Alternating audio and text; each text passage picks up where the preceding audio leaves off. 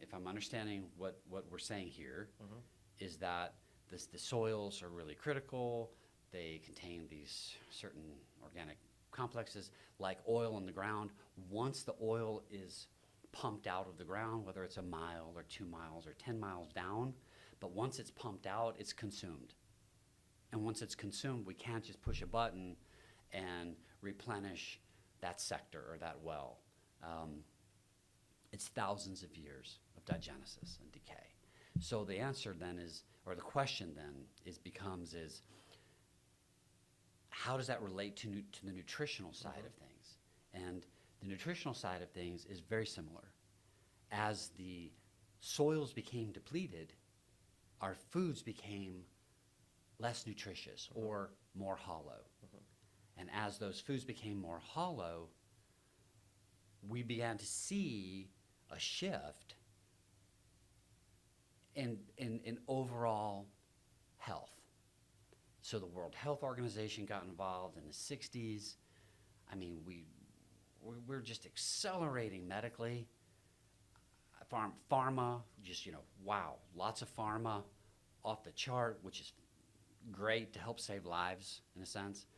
And surgical procedures, much better utensils, better processes, better procedures, more success. But within that success, there was an oversight because our disease states still rose. So as science went on an incline, sort of a linear incline, it was a smooth incline up as medicine got better and better and better. Unfortunately, we saw the same incline on disease.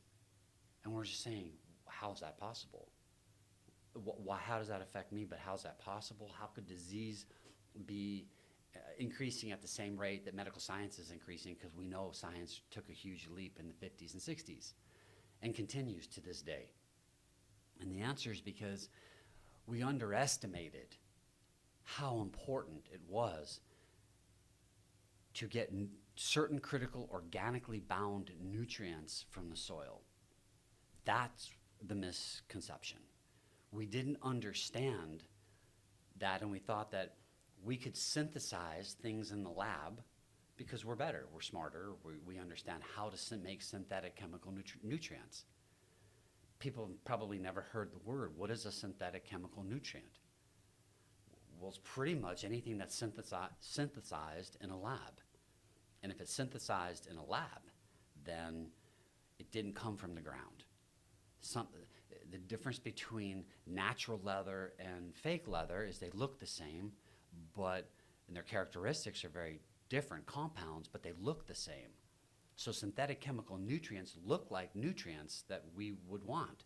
And unfortunately, they're very different chemically, structurally.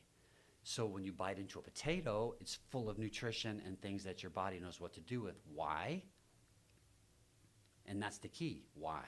Because the body understands things that are bound to carbon because we're made up of carbon.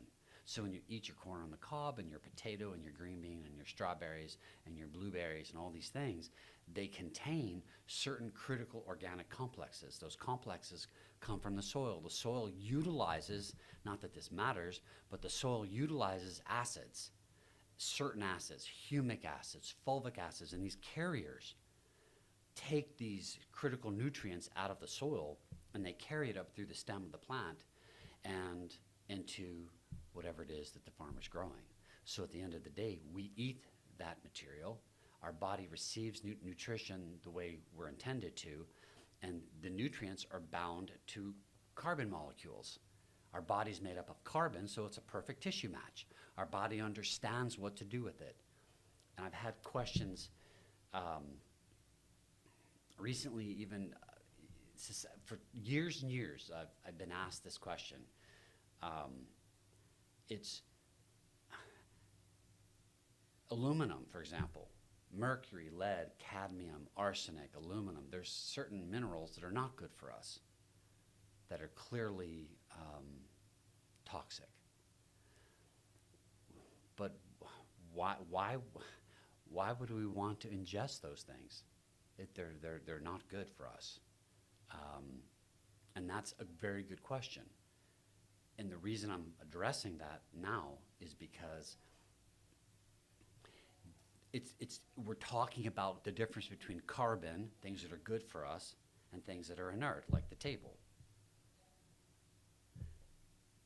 And because we're talking about that, it's very important for people to understand that things that are bound to carbon are okay. So when we bite into a banana and we get a little bit of aluminum, or a tomato, and we get a little, just a trace of aluminum, it's not the same thing as inert aluminum. Inert aluminum is very toxic. We wouldn't want that anywhere near. You don't want to go put your hand in a paint can, or lead into a paint can. We want to avoid things that are inert.